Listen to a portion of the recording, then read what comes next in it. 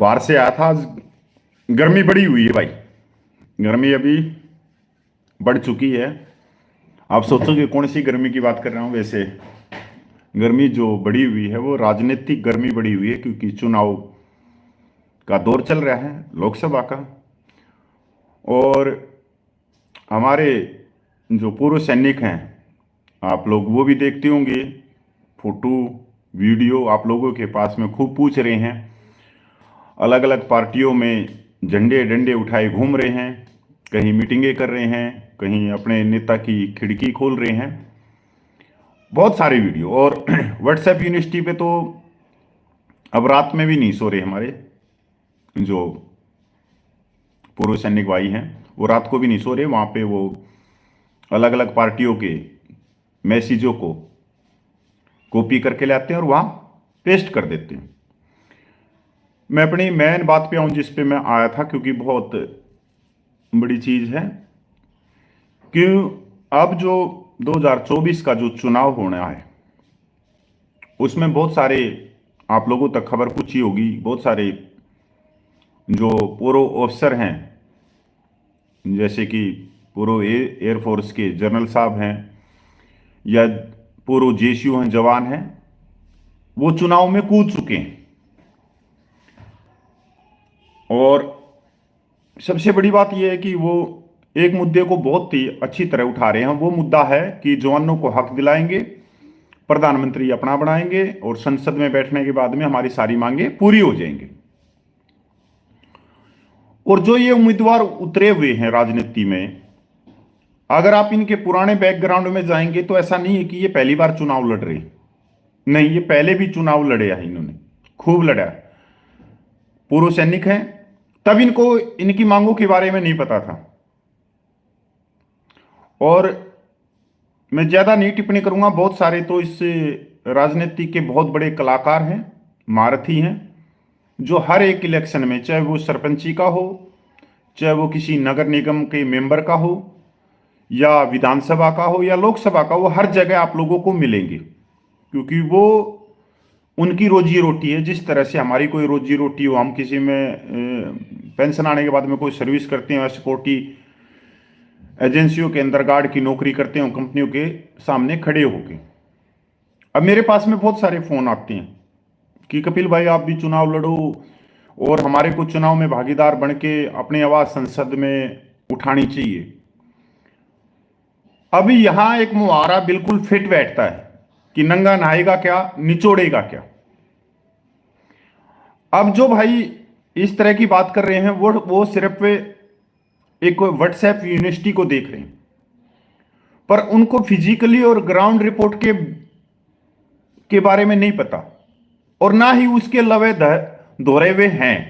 उनको यही नहीं मालूम कि जो लोकसभा क्षेत्र होता है वो आगे पीछे दाएं बाएं 100 किलोमीटर के दायरे में होता है। 100 किलोमीटर के दायरे में 1.5 महीने 2 महीने का चुनाव होता है। अब जो सिर्फ 18 या 30 हजार रुपये पेंशन ले रहा है, वो अपने साथ में 50 गाड़ियों का काफिला कैसे लेके चल सकता है? हर 5 किलोमीटर पे चाय पानी का प्रोग्राम कैसे कर सकता है? वो सबसे बड़ी बात, वो एक निर्दलीय उम्मीदवार के रूप में आया है, तो कम से कम एक लोकसभा में 20 लाख से ज्यादा वोटर हैं और अनगिनत गांव हैं, उन तक उसकी पहुंच कैसे बनेगी? क्योंकि उसको तो कोई जानता नहीं। क्योंकि जितने भी मीडिया है, वो जो बड़ी बड़ी पार्टी के नेताओं को टिकट मिली है उन्हीं के पीछे रहेगी, उन्हीं की तस्वीर को आगे तक पहुंचाएगी। दूसरी बात, अब हमारे जो भाई ये सलाह देते, तो मैं सिर्फ उनसे एक प्रश्न पूछना चाहता हूं कि 100 किलोमीटर का लोकसभा क्षेत्र होता है, उसके अंदर जो पोस्टर लगते हैं, बैनर लगते हैं, आपको मालूम है कि वो कितने एक लाख रुपये, कितने एक पैसों में लग जाते हैं, या करोड़ों में लगते हैं? वे हर गांव, हर रोड, हर खंबे के ऊपर बिजली के खंबे तक ला देते हैं, और अगले दिन उनको जो नगर पालिका है वो उतार भी देती है, और उसी समय फिर लग जाते हैं। तो एक बात तो समझ में आ गई होगी कि जो आज का चुनाव है वो पैसों का चुनाव है। और दूसरी बात, भारत की जो भौगोलिक स्थिति है वो धर्म, जाति बहुत कुछ मायने रखता है यहां पे। और तीसरी चीज, जो वोटर हैं, कहते हैं कि एक कहावत है कि जान दे देंगे पर वोट नहीं देंगे। और वोट हमेशा दबी रहती, मतलब मुंह पे कुछ रहेगा पर वो खुलासा नहीं करेगा किसको देगा, सब उसके पास में आएंगे, सबकी हाँ भरेगा। तो मेरा ये प्रश्न है कि कोई व्यक्ति, जो मैं अभी आगे बात बताऊंगा बहुत अच्छी, जो पूर्व सैनिक जो 18-20 हजार 30 हजार रुपये पेंशन ले रखे और उसके एकदम सुधार करने की दिशा में आगे बढ़ रहा है कि मैं संसद में जाऊंगा, मैं वहां पर हक दिला दूंगा और मैं वहां पे ये कर दूंगा, वो व्हाट्सएप यूनिवर्सिटी का जो उनको ज्ञान मिला ना, और उस ज्ञान के कारण जो उसके पास में 15-20-30 लाख रुपया है, वो व्हाट्सएप यूनिवर्सिटी के कारण उसको एक तरह से 2 या 3 दिन में खर्चा कर देगा उसका, और फिर वो आराम से ठाली होते हुए बिस्तर के अंदर लेट जाएगा और 2-4 दिन के अंदर पोल करने की सुविधा ले लेगा। ये मेरा एक्सपीरियंस बोलता है। मैंने बहुत सारे उम्मीदवार देखे हैं पूर्व सैनिकों के, जिनको मैंने समझाया पिछले 8-9-10 साल में, पर वो माने नहीं जब तक उनके वो 20-30 लाख रुपए खर्च नहीं कर दिए। और उसके बाद में आज वो जो पूर्व सैनिक भाई हैं वो फटे कुर्ते पजामे में घूम रहे, वो नहीं मान रहे। सैनिक भाइयों, अब ग्राउंड रिपोर्ट अब देखोगे ना भारत देश में कि निर्दलीय उम्मीदवारों की क्या भूमिका है। अगर मैं बात करूं 2019 के लोकसभा चुनाव में पूरे देश भर में 854 उम्मीदवार मैदान में उतरे, जिसमें से 3461 निर्दलीय उम्मीदवार थे। और 2004 के इलेक्शन में सिर्फ 4 निर्दलीयों ने सीट निकाल ली, 4 निर्दलीय।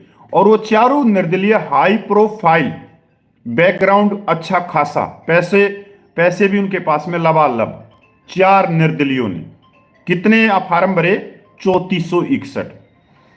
हम बात करते हैं पहली लोकसभा की बात, और पहली लोकसभा का जो इलेक्शन हुआ वो हुआ 1951-52 में। उस समय निर्दलीय उतरे, जो निर्दलीय जीत का आई वो जीत का आई 37, क्योंकि उस समय एक ही पार्टी थी, कांग्रेस पार्टी थी, दूसरी कोई पार्टी थी ही नहीं। उसके बाद में 1957 में लोकसभा के चुनाव हुए, उस समय 42 निर्दलीय आई। 1962 में 20 निर्दलीय, 1967 में 35 निर्दलीय, 1971 में 14, 1977 में 9, 1980 में 9, 1984 में 13, 1989 में 12, 1991 में 10, 1996 में 9, 1998 में 6 और 1999 में 6, क्योंकि एक साल के अंदर 2 बार इलेक्शन हुआ था। 2004 में 9, 2009 में 2004 में 9, 2009 में भी 9, 2014 में 3 और 2019 में 4 निर्दलीय। अब आया कुछ समझ में? अब सैनिकों, अगर आप मेरा मुंह खुलवाओगे तो मैं एक वो चीज, मेरे को बहुत सारे सैनिक भाई कहते हैं कि यार भाई आप नेगेटिव बनाते हो। मैं नेगेटिव नहीं बनाता कभी भी, मेरा किसी से कोई लेना देना नहीं। मैं एक वो सच्चाई आप लोगों के सामने एक आईना दिखाने की कोशिश करता हूं, चाहे पे पेंशन का हो या कोई भी चीज हो। अपनी बात पाएंगी बिल्कुल साफ सुथरी, अपने बातों में कभी हमने करी घी नहीं लगाया कि मक्खन लगा के आप लोगों को परोस दी, नहीं। हम आईना दिखाने का काम करता हूं कि कोई भाई भी ना भटके। अब कुछ 1.5 मीटर कंबाइंड ड्रेस पहन के फोटो खिंचवा के माइक पे बड़ा ही सोना बोलते हैं। आप लोगों ने इनका बैकग्राउंड पता है किसी को? वो ये कहते हैं कि भ्रष्टाचार को समाप्त कर देंगे। अगर इनके जो भर्तीवाड़ हैं आप उनसे पूछोगे कि ये सबसे बड़े भ्रष्टाचारी थे सर्विस के दौरान, फिर क्या करोगे? उसी व्यक्ति ने नगर निगम का भी चुनाव लड़ लिया, दिल्ली विधानसभा का भी चुनाव लड़ लिया, पिछली लोकसभा का भी लड़ लिया, उससे पिछली लोकसभा का भी, आने वाली लोकसभा का भी। अब इनका क्या काम है? बहुत ही सिंपल है, बहुत ही अच्छा काम है। आप तो सिक्योरिटी गार्ड की 14-14 हजार रुपये की नौकरी कर रहे हो, पर ये 14 हजार रुपये की नौकरी नहीं कर रहे। अच्छी खासी इनके पास में महंगी गाड़ियां हैं, अच्छी कोठियां बनाई हुई हैं। तो काम तो इन्होंने किया नहीं पूर्व सैनिक होने के बाद। तो ये जो इनका जो जीवन यापन है और जो वीआईपी जीवन यापन है वो कैसे चला, कभी सोचे आप लोगों ने? यही है इसमें मसाला सारा का सारा। जब आप लोगों को समझ में आएगा तब तो आप बहुत आगे निकल चुके होंगे, तब तो जब कोई भी सरकार आए आपकी मांगों को मान लेगी जिस दिन आप लोगों को इन चीजों को समझना स्वीकार कर लिया। ये आप लोगों को आपके दिमाग में एक कहानी बिठाते हैं। इनकी जो साइकोलॉजी है वो बहुत ही जबरदस्त है कि आपको ये इस तरह से बांध देंगे कि आप खुद लोकसभा में जाओ, खुद अपनी मांगों को उठाओ, खुद ये करो।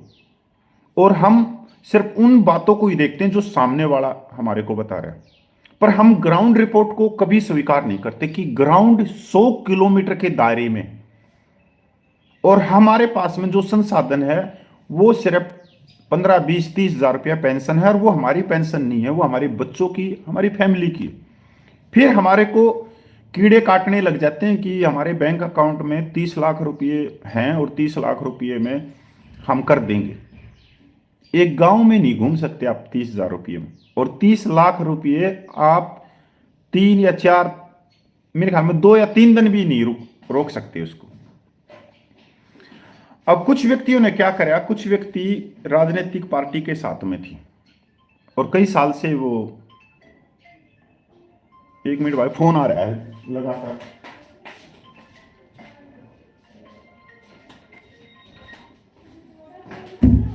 कुछ राजनीतिक पार्टी के साथ सैनिक प्रकोष्ठ में थे, उनको वहां से वो टिकट नहीं मिली, टिकट नहीं मिली।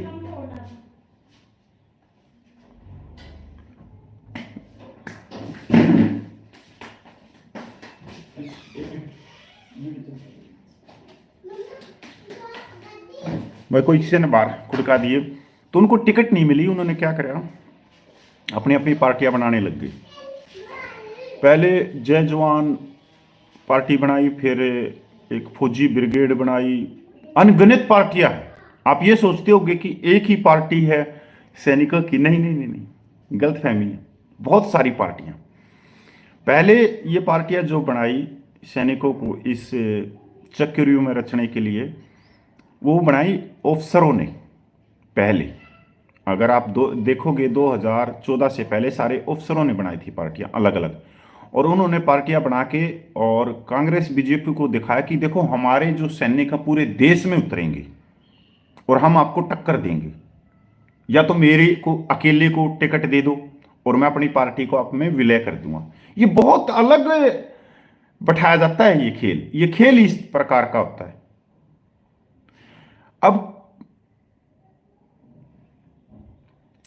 जिन सैनिकों ने कभी आप लोगों की मांगे नहीं उठाई, बड़ी हंसी आती है कहते हुए कि हमारे 20 फरवरी से धरना प्रदर्शन चल रहा है और हमारी मांगे, हमारे जवानों को इंसाफ नहीं मिला।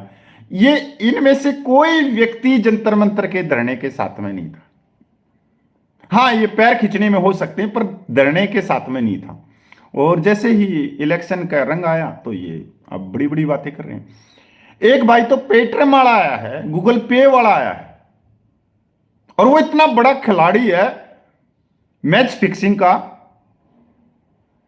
कि उससे बड़ा मैं खिलाड़ी मानता नहीं, और मैं उसको साधुवाद करता हूं, क्योंकि उससे मैंने सीखा है कि यहां कभी सच मत बोलो। एक कहावत है हमारे यहां राजस्थान हरियाणा में, जिसका मारोगे जूत वो कहेगा काका, जिसका मारोगे जूत वो कहेगा काका। इसलिए कभी सच मत बोलो, इनको सपने दिखाओ, इनको ये कहो कि कोर्ट कचहरी में जाऊंगा, मिलिट्री सर्विस पे दिलाऊंगा और मेरे अकाउंट में रुपया डालो। उस मिलिट्री सर्विस पे के केस के लिए करोड़ों रुपये चंदा उगाई कर ली। कभी कोई एक्स ग्रुप की दुकान को खोल के बैठ जाता है, कभी कभी ऑन रेडी नायब सूबेदार की दुकान को खोल के बैठ जाता है। चल रहा है, जबरदस्त चल रहा है। अब इसमें भी मेरे विरोधी होंगे बहुत सारे, मैंने कोई फर्क ना पड़ता। मैं कभी राजनीति के लिए ना तो आया, कभी राजनीति करेंगे तो उस समय मैं सैनिक समाज में नहीं हूंगा, उस समय अपने पैरों पे राजनीति करेंगे, पर यह नहीं कहेंगे कि तुम्हारे को इंसाफ दिला देंगे। अब अगली बात सुनो, ये सारे के सारे की जमानत जब्त होनी है, इनके ढोल में नहीं पानी 5 पर्ची भी। आज लिख लेना कागज पे, अगर 5 पर्ची भी पा जाए तो, क्योंकि ये कभी सैनिक समाज के हुए ही नहीं, ना कभी इन्होंने सैनिक समाज की आवाज उठाई, ना कभी सैनिक समाज के न्याय में ये भागीदार बने, ना कभी इन्होंने संघर्ष किया।